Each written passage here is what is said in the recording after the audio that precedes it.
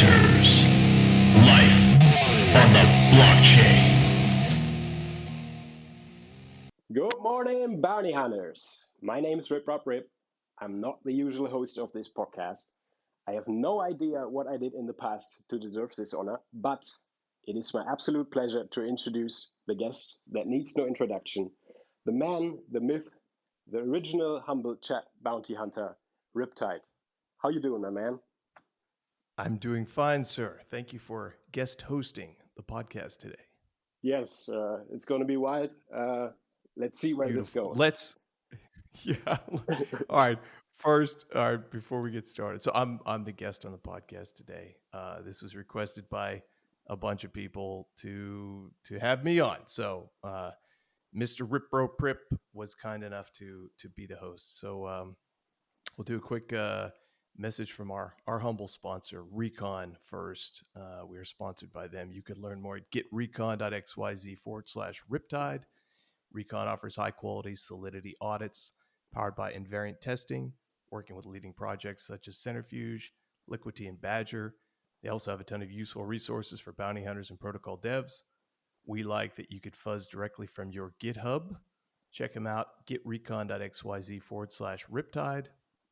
Mention that I sent you, and you'll get $5,000 off for first-time customers for an invariant testing engagement. We're also brought to you by Rare Skills. Go to rareskills.io/Riptide and get yourself 10% off a boot camp to go learn some new blockchain and bug hunting skills. Okay, Mr. Riproprip, take it away. Yeah. So first, obviously, there's a similarity in our handles. So I gotta ask, why did you choose Riptide? What did you make? Like, what's a Riptide? The Riptide stem. This is like when you have an old email from back in the day where it's like badass2000 at AOL.com. And Riptide was my was like half of an alias. So I've always been into fitness, and I started at about like 15, and I'd always start doing calisthenics and gym and all that stuff. And so people would make comments, whatever. And you go through the army, you kind of get a nickname, and people would call me Bicep. And then, and so I changed it to something I call myself Bicep Riptide. Like when I flexed the bicep, it was like a riptide wave. Go get the chicks. This is So, awesome. and then for Twitter, I chopped it just to Riptide. I don't want to flex on dudes with Bicep Riptide. That's awesome. So did you get into calisthenics before, like getting onto into hunting? Yeah, I actually started really going hard in calisthenics because I've been doing. I tried to do kind of amateur bodybuilding ever since I was young, and really gotten into that. Followed Schwarzenegger, and never competed because I never wanted to do steroids and do all the upkeep that goes with going pro. And so I just decided, well, I'm just gonna do it so I look good. All show no go, right? And it was kind of like that for a long time. And then once COVID happened, the gyms closed. I was living in Miami, and I said, well, I got to do something else. And the only things that were open were these great outdoor workout parks. And down in Miami Beach, I'd go down there, and just everyone would be doing calisthenics. And I thought, oh, I'm tough. Been going to the gym forever. What's up? And I tried to replicate some of these moves that the guys were doing. Just try to do, I can knock out 24 pull-ups in 2 minutes. I did that in the Army. Okay. So I thought, hey, I got this. And then these guys are doing muscle ups. They're lifting their legs up while doing pull-ups. They're doing handstand pull-ups, you name it. All these things that require a lot of core strength and a lot of balance. And I realized right there that I was lacking big time. So that's where I started during COVID, and just started cranking calisthenics. And then I mixed it with heavy weights because I feel like as a man, once you get to a certain age, you kind of lose that vigor. And so I've never really lost that except for temporary periods in time. And those temporary periods I noticed were when I was not lifting heavy weights. So I started doing calisthenics a lot, and I noticed that kind of like something was missing. And then I went and jacked some heavy weights, and it all came back. So I think that's essential to do calisthenics and throw in heavy weights. Obviously, a lot of protein, this and that, and it's always been a good recipe for feeling good. Yeah, I absolutely love that this is not just a facade, that's actually like you. So you started out Yeah. doing bodybuilding, and then I guess since you mentioned the military, I can ask maybe, like, I'm not sure if you're allowed to disclose that, but what did you do? I imagine you being the biggest guy in the company and like carrying the LMGs or nade launchers. Is it like that? Or like, can you No, not no, talk not about it? not even. The reason I got, because I'm not a tall guy, and so the reason I got into it initially was to just kind of not be bullied in high school. I was like, well, I can't grow any taller, so I might as well try to get jacked just so no one will mess with me. Yeah, And that to be makes honest, sense. yeah, that worked. So I wasn't the biggest guy in the squad or any of that. But there's guys in all shapes and sizes, and sometimes the guys that look like the skinniest dudes will just outperform everybody. It's like they call it the retard strength sometimes, but it makes no sense. Yeah, don't fuck with a skinny guy. Like, You never who smokes all these cigarettes right before PT. The guy will just crank. yes, we used to smoke them like before games. Like the guys who were out smoking before games. Like I wasn't ever joining them, uh, but guys from the team did it, and I saw them running around the court, and I was like gassed. And those guys, having smoked, I don't know, 2, 3 cigars before, or cigarettes before, like they were passing me by sometimes. I don't know how those guys do it. They have some malfunctioning gene. They're just super soldiers. I don't know. Yeah, I think it's not malfunctioning. These are the same guys that would have an all-nighter and do the walk of shame coming on base at 5:36 a.m. in their club clothes, and then just quickly change and go run a 10-miler like it's nothing, vomiting on the way. They're superhuman. As long as they keep going, it's fine, I guess. Mm, That's right. I think you mentioned not having a traditional infosec background. Um, Obviously, after the army, like my question would be, how did you find like the first keyboard, or did it happen before? Oh, first keyboard, way before. So I was really lucky. We grew up pretty broke, but my dad had a job at a place called the Neighborhood Computer Store in California, and they sold Apple computers. And this is the 80s. And so we couldn't afford a computer, but he would get to bring home these brand new, Apple Mac SE2 demo models that would cost $2,000-3,000, just so he could demo them, so he could sell them to the customers. So we had a home PC for free, and we would start clicking and get used to it there. And then after that, we got our first family PC from a garage sale, 386, and from there, I just it was in the laundry room. I just started digging into it, and I thought it was the coolest thing ever.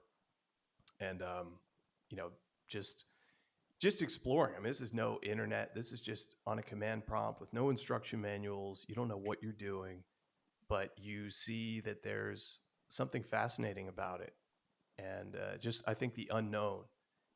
Because with a computer, you could do it's limitless on the amount that it can keep your attention.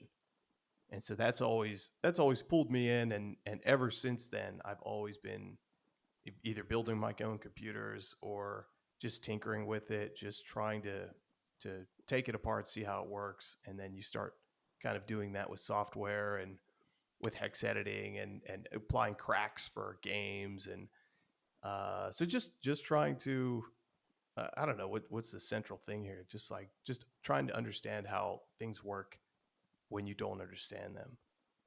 Yes. What else can you do if you like have the best, most malicious machine possible, or like the most wondrous machine at your home, and then you can just try out stuff, right? It doesn't really Yeah. break, which is unlike other toys you play with. Unless you like actively touch the stuff, you can't break it. So you can do everything as long as you reset again. It's a I perfect environment completely to learn deleted something. Windows one time. Yeah, I mean, you can fuck it up when you have no clue what you're doing, but yeah, mostly you're good. Yes, it's bad because we didn't have the internet. So when we deleted our operating system, there was nowhere for us to go to Google how to set it up again. That's right. Hopefully you had the floppies. Yes. It's the old man talk right here. Could you still bend them? Or was your first computer like after that? Uh, say it again, the first part. Could you still bend the floppy disks? Oh yeah. I did have that drive, but I was basically hard floppies 3.5s. Okay, cool. So I guess sometime after that, you somewhere along the way joined crypto Twitter or crypto in general. Tell us about that. Like, what was it like? Did you farm pool twos in the beginning, or what did you do? No, so I got on CT. I don't even know. I've been on Twitter. This account is ancient, and I used it for I don't even know what. When when Twitter came out, no one had an idea what it was for, and they would just tweet bullshit. And I think I tried to get like refunds from airlines, just or whatever, try to get a job or whatever I was doing, and then I changed it over to this handle and a couple different PFPs, this and that. But I think man, it's hard to say because it definitely wasn't when because I got into Bitcoin first, and I guess I didn't have any presence on Twitter, and I didn't look to have a presence until like the ICO phase, and that's where I started following some of those, big accounts from back in the day. These traders that didn't really know anything but knew more than the average guy, and so people would follow these guys like they were gods, and I was like, holy shit, man, these guys! If only I could make this 100x. And so I was following traders initially on there, and then DeFi summer kind of morphed into following, people talking about DeFi alpha, but I didn't really have any sort of presence until I started finding bugs. Until I was like, all right, this is going to be my thing, I guess. Yeah. Okay. So first, you kind of like started out as a trader, or at least that were the people you were looking to. Did you also then like go into MEV? I'm still like trying to like build a bridge to your first crit. Yeah, no, I didn't do MEV. I didn't even know about it. And the reason I really got into, I guess, bug bounties was, because DeFi crashed and DeFi summer, it just bombed out. And I was like, man, I can't rely on this as any sort of livelihood.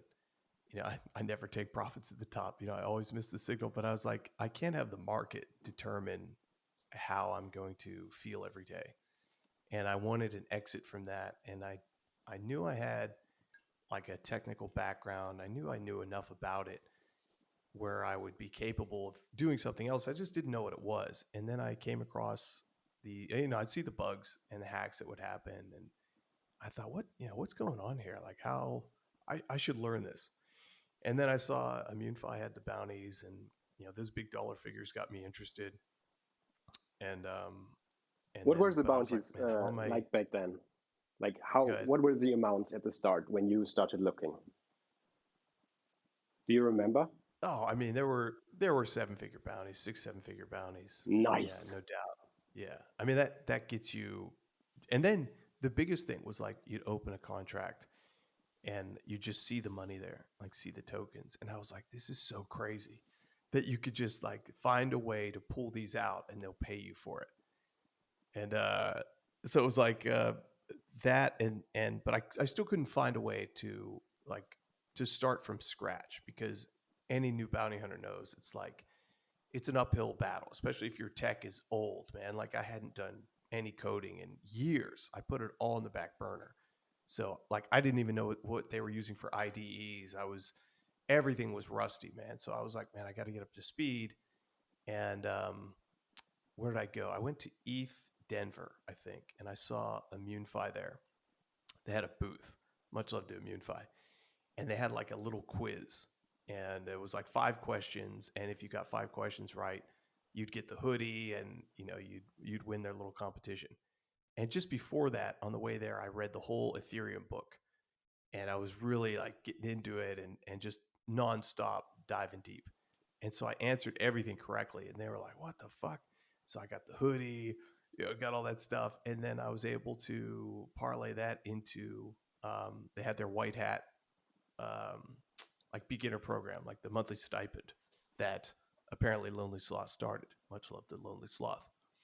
And so I started taking that the white hat stipend for, I think, maybe 3 months, but that really helped, like giving me the motivation to say, hey, look, you have a backstop, you could just focus on this. And so that was like really beneficial to kicking off the journey.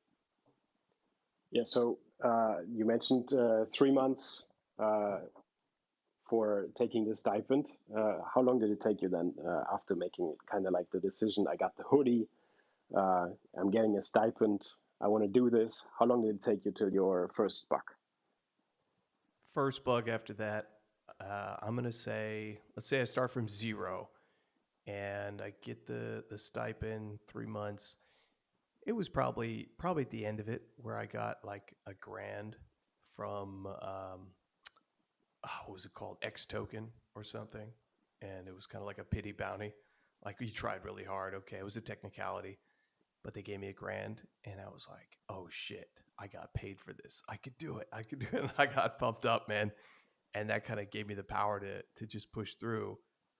And then, dude, from that, I mean, go from $1,000 to pulling the Arbitrum bounty is just fucking crazy. Like, I had a few submitted that were rejected based upon whatever, but then, just kind of luck and knowing what to look for and coming across a monster bounty coming from nothing is pretty unexplainable, the high you get.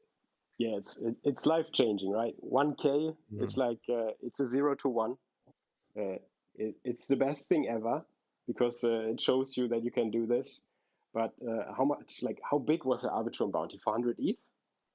400 ETH, yeah. How much So I was went that through back at the time? all the ups and downs. Man, I think it was about 600 something K. Oh, that's runway, right? It's big runway. But in my mind, I'm like, I'm getting the 2 mil because, it was a max critical, whatever. And then they try to lowball me, and we had to negotiate. And then in that scenario where you're facing life-changing money and you're going through a MunFi's process, which is very slow, right? Like, you submit a message on their website and then you just wait. And I'm like, they've already confirmed it, but I'm like, man, they're not even going to pay me. You're thinking of all the bad scenarios, like they're just going to ghost me, whatever. Everything comes in your mind, every scenario, and you're just waiting. And this went on for, I want to say, like over 2 weeks, where I'm just kind of, on the edge, like, okay, we're negotiating 250 grand. Okay, now it's like 500 grand. Okay. And I'm thinking, this is getting better. It's not what I want, but it's still good. But then it just kept delaying. It went for like a month. And I'm thinking, man, these guys aren't even going to pay me. And I spoke with them on the phone and all kinds of stuff. But you're just assuming the worst case scenario, like, this can't be real. There's no way I'm going to get paid this amount. And then I was leaving the dentist's office, and then I checked my Etherscan. I saw 400 ETH come in. I was like, holy shit, man, this is pretty dope. Yes. I think like the first bug bounty where you get runway that takes you like over a year or two, that's like where you can like make a new decision, right? It's kind of like the world is showing you can do this. Now you have the resources. Now you just need to commit deeper. And obviously you are the humble chat, so I think everybody has to take it in stride when they downgrade the payout amount. But I think it, like, obviously getting more would have like not hurt you, but you kept going, right? You have a lot of bucks. What, like, how long did it take you to the next buck? And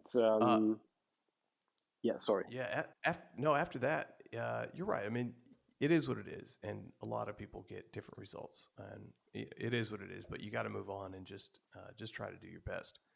But after that, I kind of just got into a role. I remember when I posted, I said, I told these guys, I said, hey, either way, I'm gonna put a write up out there, and the response was crazy. Like I had like 20 followers, and I put that write up out there to get some notoriety and to kind of show everyone about Arbitrum. And I wanted to get feedback on what they thought was legit for the bug too. But I put it out there, and I'm there with my wife in the kitchen, and I had the alerts on Twitter, and I went from like 20 followers to like 5,000, and my phone was just like moving around the counter. It was going crazy. It was just beeping and popping all day, and I was laughing my ass off like, this is crazy. And Yeah. so from there, like, I just kept at it, and I started getting into a groove, and obviously your skill set's better. And then I just started, just finding other bugs, I think just, finally I could see the bugs in the code. Whereas before it was like just absorbing contracts and not really matching things, not connecting the dots. I missed some big ones like the Rary Capital one. I looked at those contracts. I didn't see the reentrancy. I looked at the Nomad one. I looked at the storage slot. I saw that anomaly, but it didn't click like how it would be exploited. So all that stuff kind of came to a head, and then I started finding bugs, and I was like, oh, okay, this is cool. When it's like, boom, 50 grand bug. All right, boom, 80 grand bug. Like when it starts coming in, then it's a good reinforcing mechanism to really keep you dedicated to it. Yes, most definitely. So I'm not sure if you like want to disclose that stuff, but I think you traveled around. Do you remember where you were like when you were getting like for me, that's a yearly salary, 50 to 80K. You can easily live off well with that kind of money for a year in Europe. Do you Yeah, no remember where you doubt. were? Yeah, for some of these, yeah, because we traveled pretty much almost after that. I can't remember when I hit the balancer one, which was like 80 grand, but I hit one with Radiant Capital, which was basically 75 grand.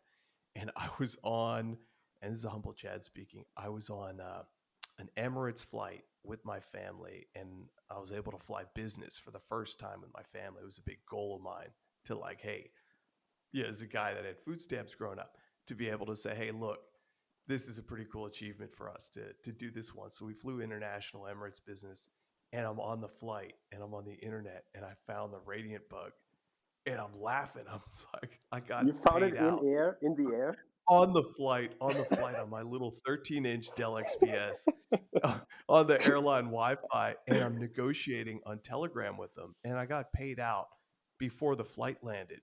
And I was telling my wife, I was like, yo, we just paid 75 grand on this bug. And it's like, it's crazy because that's a year's wages for most people. It's completely nuts. Yes. So did the other passengers notice, or did you like kept your cool? I kept my humble cool, just laid low. That's awesome. I wouldn't have been able to do that. It's like I think that's the first time I'm hearing like finding a crit while in the air, like, and before you land, you're done. Yeah, I mean, it was a really notable kind of place to find it because normally you're just where you're in a cafe, there's nothing unique about it. And this was like, I was on the flight the first time flying business. It was like, it's pretty cool. Yeah, this is so awesome. So I think that kind of sounds like you already had a process, right? Because I'm not sure, like, if people know, but airplanes are like tight spaces. You have to flip up your display, getting yourself to then not look out of the window, but focus onto the screen and then do the stuff. Like, what was your process back then? Did you like wake up every morning, do your push-ups, do your pull-ups, and then get to the computer, or what did you do? I wish my tweets reflected reality, like I'm some monk who wakes up and does this crazy routine. But to be honest, I mean, I always get some exercise in throughout the day. It's not like I always do it before that. Like I don't really have this routine except for when I get on the computer and start looking for bugs, I kind of follow usually the same type of pattern. And that's what's kept my interest all these years is just looking for things that interest you. And so that's why I think I don't function that well in a structured type of, like, hey, you got to audit this thing and this is what you're doing this week. I think I'd just be really bored doing that consistently. Like, I'll do it ad hoc, but I like to just approach my day and say, all right, blockchain, like, what do you got out there? And I may get ideas from X. People talk about a project, open up a tab, check it out. Or I might just open up a random block, or someone on CT mentions something, and then I say, oh, okay, that reminds me of whatever. I look at my notes, and then I'll pull up a project that I've had in my cloned for ages, and just pull up the code again and just look at it, just because I'm interested in it. So if I'm not interested in it, I don't really bother with it. Big money behind it, none of that really matters, because it doesn't captivate you long enough to make it worth your while, in my opinion. So that's kind of my process, is just look at something interesting and just dive in it and try to figure it out until you kind of lose interest and say, well, have I gave it my all? Is there anything here, or should I move on? Yeah, so that makes a lot of sense. I mean, you have like a wealth of knowledge, like you build that stuff up over time.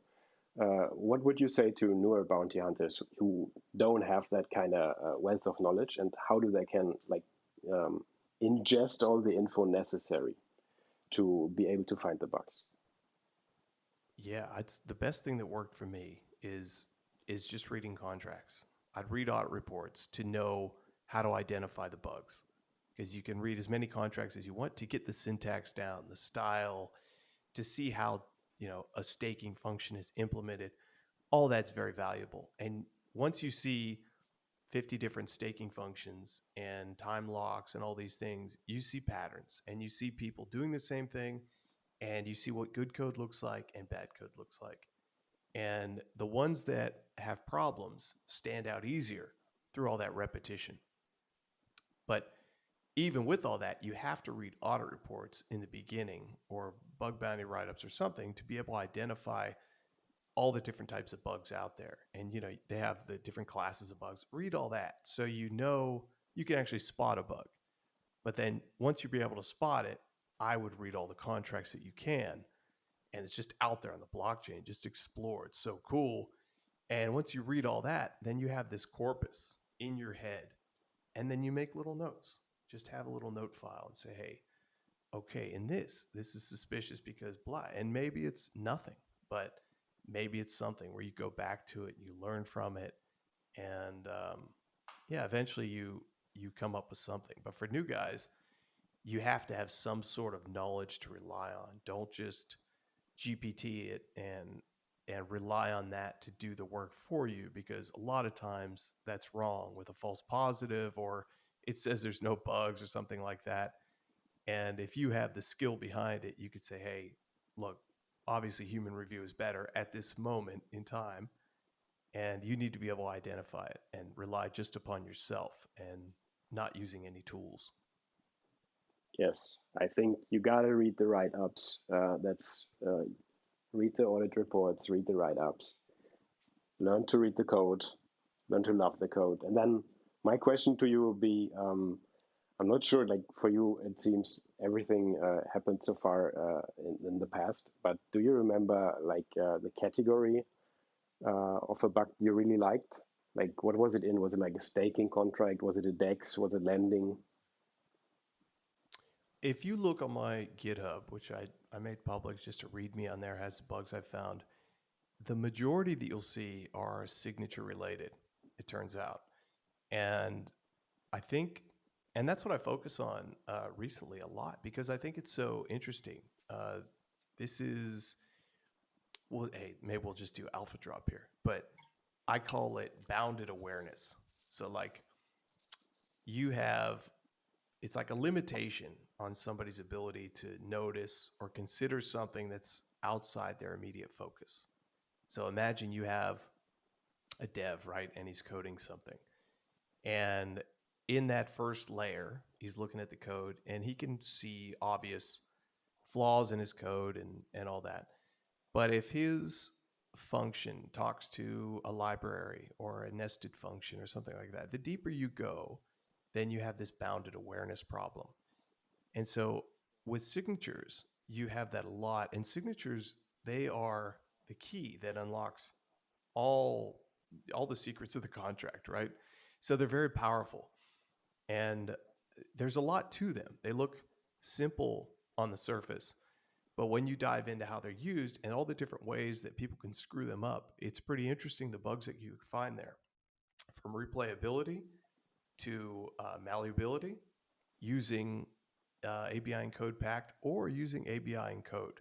Both of those can have severe flaws, or doing type conversions. There's so many different aspects to it that I've seen devs get wrong, and it's why a great area I think to focus on is these things with where you have that bounded awareness problem, which is, I mean, the same thing as just going as deep as you can, but you kind of pull it away from the devs, their front of mind, what they're looking at and what they're thinking about, to something deeper in there. And I think that's a great place to find bugs. Yes, I agree. Signatures are important. They're kind of like the key that And you goes were the to guy everything. who said, yeah, but were you the guy that said, don't trust comments, they lie? Yeah. I think that was your comment. Such a great comment. I always think about that when I delete all comments. When I listened to the Lonely Sloth episode, I was like, now I can't even trust constants anymore. Like, do I have to check the caps on every constant? You check everything. I know that was a good one. It's so cool. Yeah, yes, These little fine grained details. yes. I was so happy when I saw the announcement that he got that bug. Uh, like, I'm kind of into Solana, so when I saw that, I immediately had to read it. And then when they went and said like, "This is Lonely Sloth bug," I was happy. He's a beast, man. He is a real beast. Yes, the sheer bandwidth of that guy. Like, I can't even imagine how much time it takes to stack up all the POCs. Like, I don't know how many months he has now of writing POCs. I know. Well, you mentioned you had one that you were working on for a long time, and you just submitted that. How did that go? Uh, Or you don't know yet? I'm still like I'm not sure if I'm allowed to talk about this without putting my bounty at danger. So like I'm totally Don't fine. say anything. Yeah, Just wait. Yeah. I'm gonna do that. Instead, Is I'm it going to gonna rock the leaderboard when it comes out? nah. Like in my opinion, the sloth is up there with 2 million for the year. I'm not gonna cover that. Oh shit. Okay. But like Yet. I have my own leaderboard. I'm not sure, but as far as I'm aware, the sloth is up there for this year. We'll see. We will see. Yes, I love that it's like only the half of the year mark, and some people are up there with 7 figures already. It's awesome. Uh, from your explanation about signatures, I think it's easy to see how you started out in ETH. And you also mentioned that you were doing a contest on, I think, Cantina for, I think, some new hard fork on Ethereum. To be honest, I don't know much about those. But how did it go for you? No, I didn't do. I didn't do the picture one. I did not participate. Okay, I was. Never mind then. Did No, you do you must be contests in thinking general? of Mr. I think Zigtour, I who remember you saying was that you tried dominating. to do a contest. Oh yeah, that was I did. What did I do? I did Wildcat, Yes. and then Dead Roses beat me to a pulp, and then I did Eigenlayer, and with that one I just tried 3 LLMs against each other to try to see if there was some secret sauce that I was missing, and then nothing happened out of that either. But as far as any other contest, I haven't I haven't done anything. Yes, I'm very scared of Dead Roses XYZ in contests. That dude is just These too young well guys, man, caffeinated, and now he's doing unstoppable. yes, and now he's like casually putting out a product at the site. Like it's wild. Um, so I guess short interlude to contests and how us bug bounty hunters don't really like to do those. Uh, I think right now you're publishing articles about where you're looking right now, and I think maybe can you tease something that's coming up in the future? Where are you looking right now, or do you want to like keep it on the back burner? I don't even know where I'm looking. So what I do is I made it a monthly dispatch. This is a Substack, and I just have these notes, and sure we all do, but I just wanted to kind of put something out there to give some guys some ideas and like find things that I didn't find, because we all look at things and we all find things that other people didn't find. So I wanted to just kind of, because people come and they ask, and especially new guys, where do I look? Where do I start? And so I just wanted to give ideas and why I'm doing what I'm doing. So I take notes throughout the month and then put something out towards the end of the month um, on just my analysis, what's happening on the blockchain, any bugs that I'm thinking about, and then I have like a paid part where I'll try to expose some low medium bugs that are live out there and say, hey, these are live. Probably hasn't been reported yet. See if you can amplify this. And I I don't really know my goal with it. It's not like it brings in any material amount of revenue, but I put it behind a paywall just to it's kind of like an experiment. I don't know what I'll do with this Substack. It's just kind of like my idea is putting it out there, see if there's interest. And same with the podcast. I mean, I did the podcast for a couple of reasons. One of them was I wanted to give myself a voice because I don't get to talk to anyone about this stuff. So I wanted to talk with other guys doing this, and I wanted to give bounty hunters a voice. They have something to say. People want to up their profile. They want their following increased. They want to maybe get side jobs, this and that. I wanted to have a platform for us, for the stuff that we do. And then the third thing is I wanted to kind of keep existing in this ecosystem without, always finding a blockbuster bug, because I knew that your chances of finding, mega bugs over and over is pretty slim. Like people have their time where they're hot, and then you're not going to keep finding multi-million dollar bugs over and over unless you've unlocked some secret we're unaware about, and then don't tell anyone about it.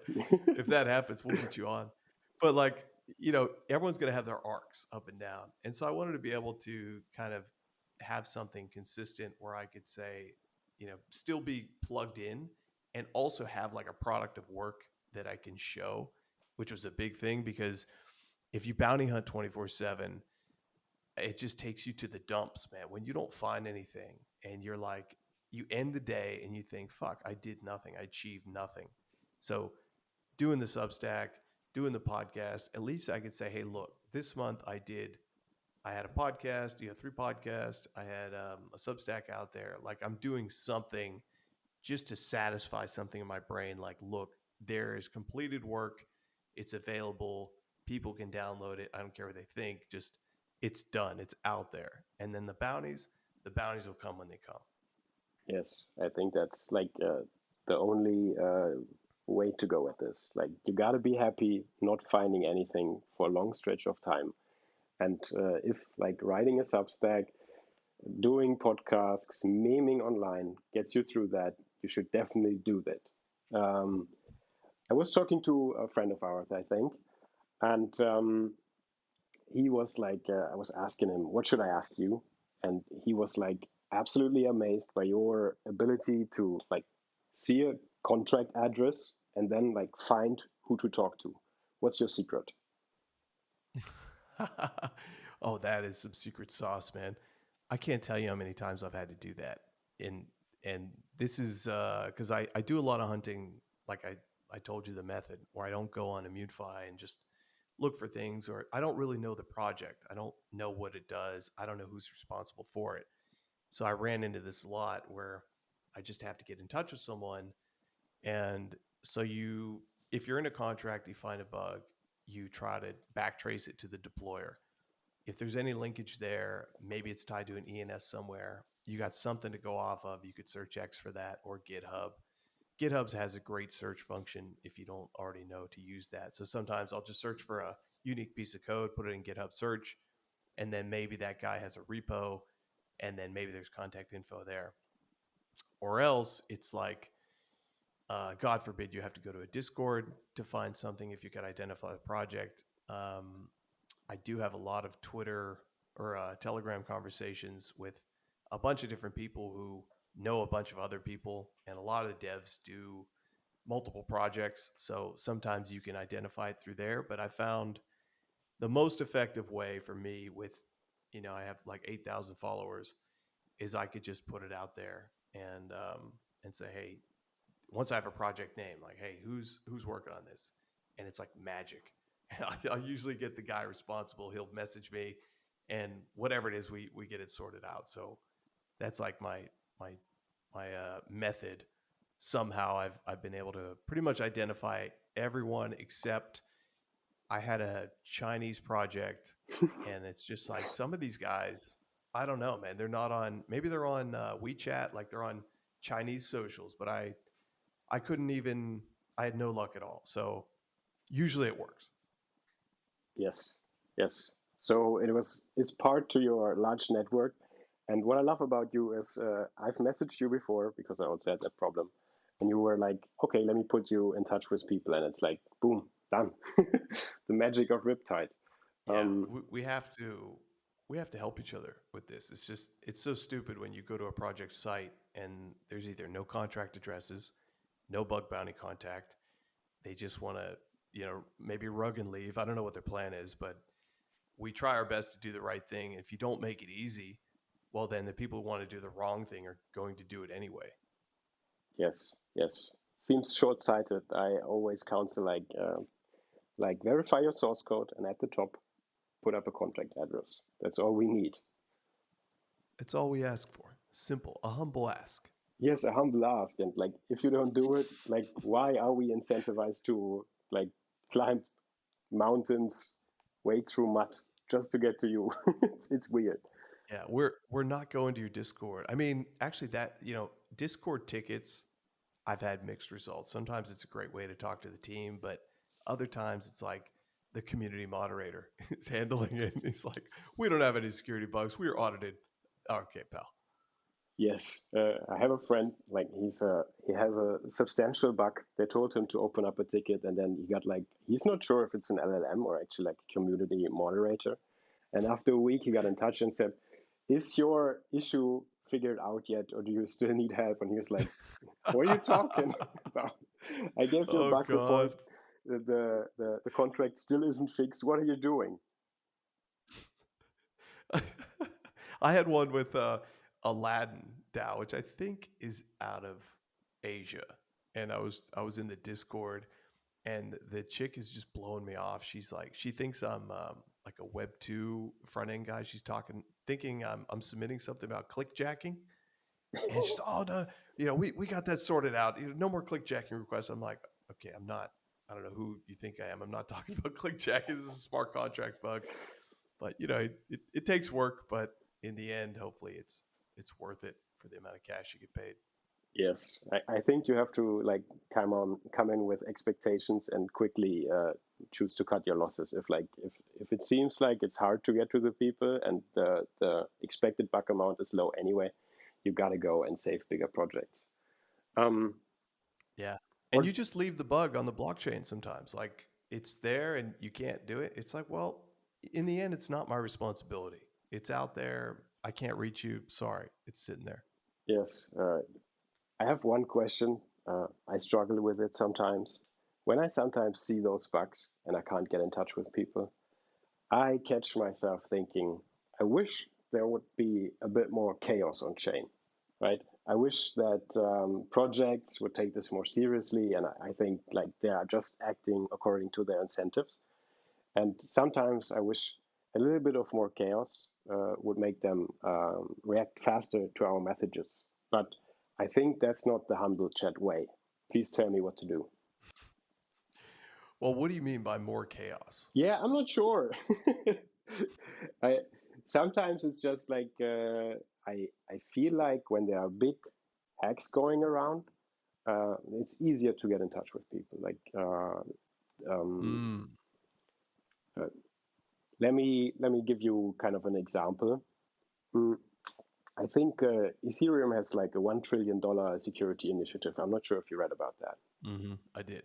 Yes, and I open up the report and I just did Control F, search for bug bounty, and they mentioned it's good to secure the protocol layer, but I couldn't find them increasing their 250K bug bounty that they have for Ethereum right now on mainnet, and I think that's way too low. I don't really understand like why are they not changing it? There's enough money, and whenever you go and report a bug as a white hat hacker, it's like instant value to them. I don't understand why they are not incentivizing more people by increasing the bug bounty amount. And then I catch myself, well, if there's a big bug, then maybe they update that. And that's kind of like it's kind of like hoping for bad things to happen, and I don't want to do that, and I don't think you do that. So please tell me what to do. No, it's a good point. Yeah. No, it's a good point, man. And it's true. Let's think about, I always put myself in the shoes of the other side. So if you're the Ethereum Foundation and you want to incentivize good, honest reporting, it's still, let's be honest, all right, it's $250,000. It's a lot of fucking money. I agree that, if you're able to take over the chain and cause like unlimited ETH mints or something like that, the bounty should be much higher. But let's just put ourselves in their shoes, right? Like, what is the right amount at for ETH? If you could do, the holy grail, you could do an unlimited ETH mint. I don't even know what you'd put the bounty at. It would be the highest bounty out there. I mean, honestly, that's what it should be. Uh, why is that not the case? Um, Great question. I mean, it's a business decision. They're saying, hey, $250,000 is a good enough incentive to have a white hat come to us and report it, versus if he does an unlimited mint, right? Well, he basically ruins the network. Is he going to be able to cash that out? Maybe, maybe not.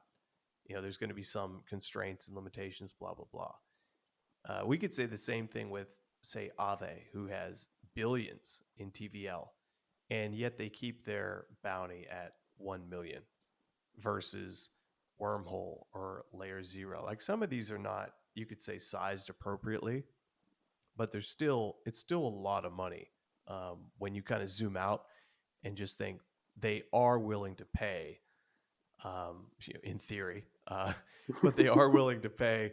It's just like, is the bounty sized appropriately?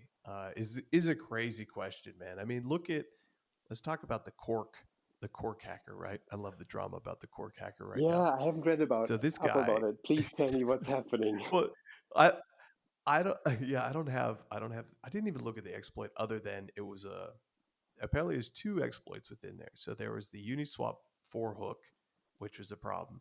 And then there was another bug. And so so he steals 12 million. That's Okay. a good And I don't amount. know if they had a bounty, whatever. It's a good amount of money. It's a huge amount of money. And the guy is sending messages on chain in Estonian, apparently. Who knows where he's really from? And he's saying, like, you didn't find the real bug, because everyone did an aftermath, and they're like, you didn't find the real bug. So it was like his ego's coming out. It's like, look, I'm smarter than all you. None of you big firms found it. And and then the guy from one of the security firms did another post, and then he responds on chain, clowning on this guy, and it's a lot of good drama. But so this guy he took 12 mil, and he's got that on chain, and whatever he's going to do with it. But they went through the whole audit process. They spent so much money on audits. People call it the audit mafia for a reason. for this specific reason. Like you go through all this shit and your code's not even secure. Someone hacks you and the project's dead. You know, you're taking 12 million, you spent all your audit funds, the project's fucked. What could they have done differently? I mean, they're not going to offer a $12 million bounty. Whatever their bounty was, if they had it, I guarantee it wasn't close to this amount. So, you know, this isn't like a guarantee that somebody's going to report it, having a bug bounty. It's just a hope that you can incentivize you know, an honest person from going into the dark side and saying, well, you know, $250,000 is not enough. I need 12 million or whatever it is. And there's pros and cons to both paths and the moral right thing to do and wrong thing to do. But it's a tricky business, man. This is crazy. But I think to your original point with the chaos on chain, Yeah, you can see man, there's a lot of truth to that because it wakes people up. And protocols are like, holy shit, especially with these centralized exchanges getting the hot wallets hacked. They're like, whoa, because these will have bounties of like 10 grand and they have 100 million in these wallets. So it is, I mean, you do need it, man. You need a wake up call, but you don't hope for it, but it just happens anyway. Yes, I guess over time, every vulnerability will get found. What's kind of like my thing is like if I were the Ethereum Foundation, I would try to price out other people, and at least they should be higher than the projects that are built on their chain. That doesn't make sense to me. Mm-hmm. Yeah, it's tricky. The Ethereum Foundation is very tricky with their operating process and what they're doing. I don't know. I mean, it'd be good to hear from them how they actually chose that number. Yes, maybe they're going to update it now that we talked about it. I don't know. Are you going to hold back on your monster crit until they update it? Nah, no. I wouldn't ever do that. Like last week I had to do the trust fall, kind of like a project was holding out on me on giving me a number, and but I was still like hunting. Like I didn't want to like just sit around and wait for them to get back to me because that's fucking with your mind, in my opinion. Like doing this for weeks, just waiting, hitting refresh, that's gonna kill your vibe. So I just tried to hunt more bugs, and I found another one. And then it's like, do I give it to them before they have given me my number? And then I thought about it, and it was like, nah, I just gotta report it and see. Like, let's hope they're doing right by me. So I did that, and I wouldn't do that to Ethereum. But the thing is, for 250K, I wouldn't look at Ethereum if like Solana is offering more. That's basically my argument. If you want to do $1 trillion of security, like if you want to secure that amount, you should be like in the same range of other chains. It's a very good argument. How many eyeballs do you want on the code? And if you want the pros on there, like you know, they want you on there. Hey, they got to up the number. Yes. What else can you say? Yes. Also, it's like way more complex because there are so many clients or node softwares doing this. So there's complex interaction in there. I imagine that we as bug bounty hunters should like take that into consideration when choosing targets. Like if you have a chain which has only one node software, that's different from your calculation or for your calculations in like having an expected payout other than like Ethereum. I don't know how many clients they have right now. But it's not feasible for me to go into every client, check like how much usage do they have, what could I get from that kind of usage, how much like could I damage and degrade the chain. Like it's so much more complicated with this, and I then in that case I don't think 250K is enough. Anyway, I don't want to like. Well, what was the pot on Pectra? Do you remember the contest? I think it was 1 million, maybe 2. Like that's cool. It was big. It was bigger than the payout for finding a critical bug. Yes. Of the 250, which is weird, right? Yes, that doesn't make sense to me. You want to have like constant engagement. Yeah. You want to like incentivize top talent to look at your chain constantly. Doesn't make sense to do this as a one-off. Yeah, good point. Anyway, keeping in the spirit of chaos, today's the equinox. Let's say I'm not sure. Like, am I allowed to talk where you live? Well, everyone knows I live in Italy. I just don't say where. Okay, that's fine. So, do you have plans for tonight? For tonight, plans. Friday night. Today, after this podcast, I'm planning on taking my jet surfboard. Go to jetsurf.com. It is what's up. Go. It's like a 100cc motor in a surfboard. You fill it with petrol, and you go like 35 miles an hour, and you just you ride it like a dirt bike on the water. So that's my plan today. For tonight, uh, probably hunting some bugs. There are no days off on your way to success. I try not to, no, but I also try not to burn out. Yes. So, what do you do when you feel like if you get close to burning out? Is there like a concept? Oh man, yeah. It's happened multiple times where I just have to push away, man. I just can't. I have to take days where I just spend time with the family or just don't even look at the computer, phone, anything.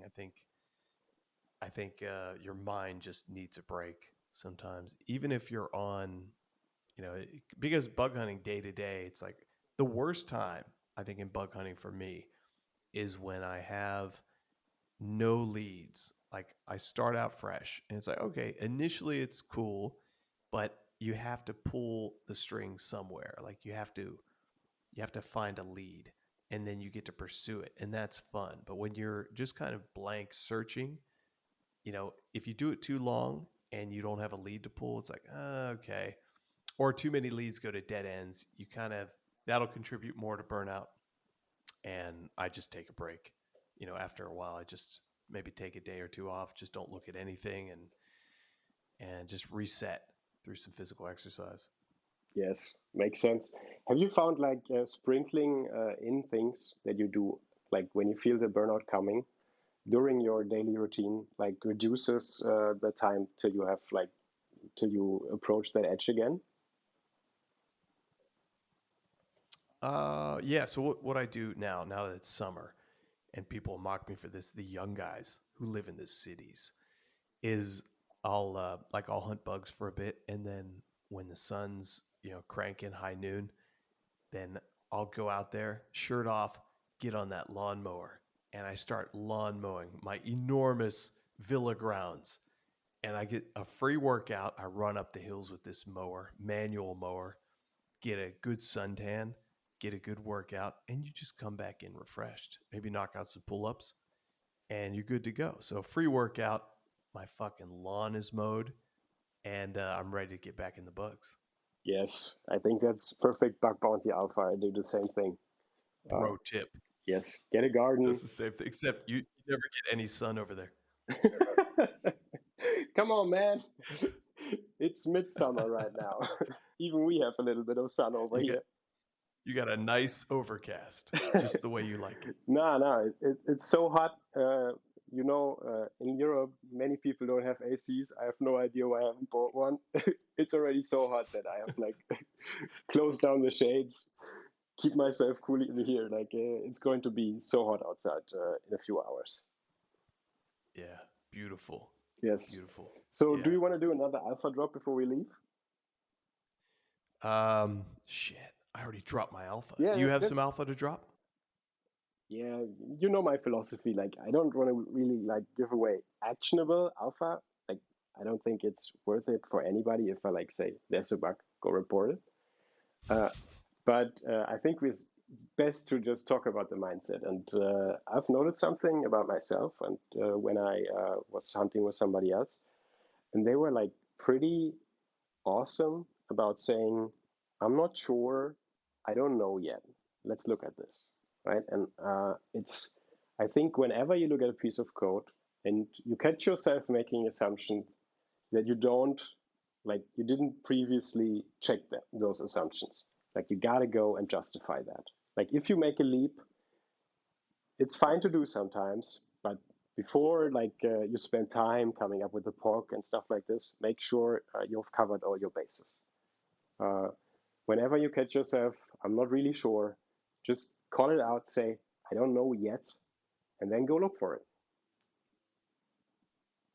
I like that. I like that. And I'll add one thing. I'll just because you brought it up and I thought about this is um, always, and we talk about this a lot, always assume there's a bug to be found. Do not put that doubt in your mind that there's no bug. You will give up so quick.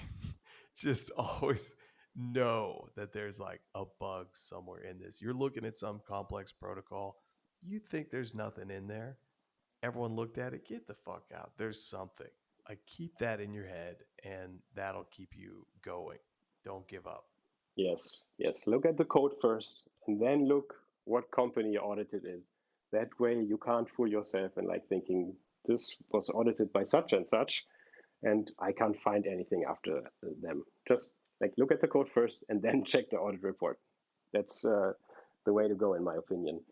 So Agree. there's one last alpha I want to drop. If you listen to this on time, it's the equinox, at least in our hemisphere, it's the summer equinox. I'm all for finding bugs every day, but sometimes it's also like perfectly fine to call up some friends, go outside, dance the night away, camp with the fucking DM during the weekend, and then come back on Monday, get into the office, sit down at the keyboard, and just find a crit. With that, I want to close this pod. Goodbye. And we'll see you next time on the blockchain.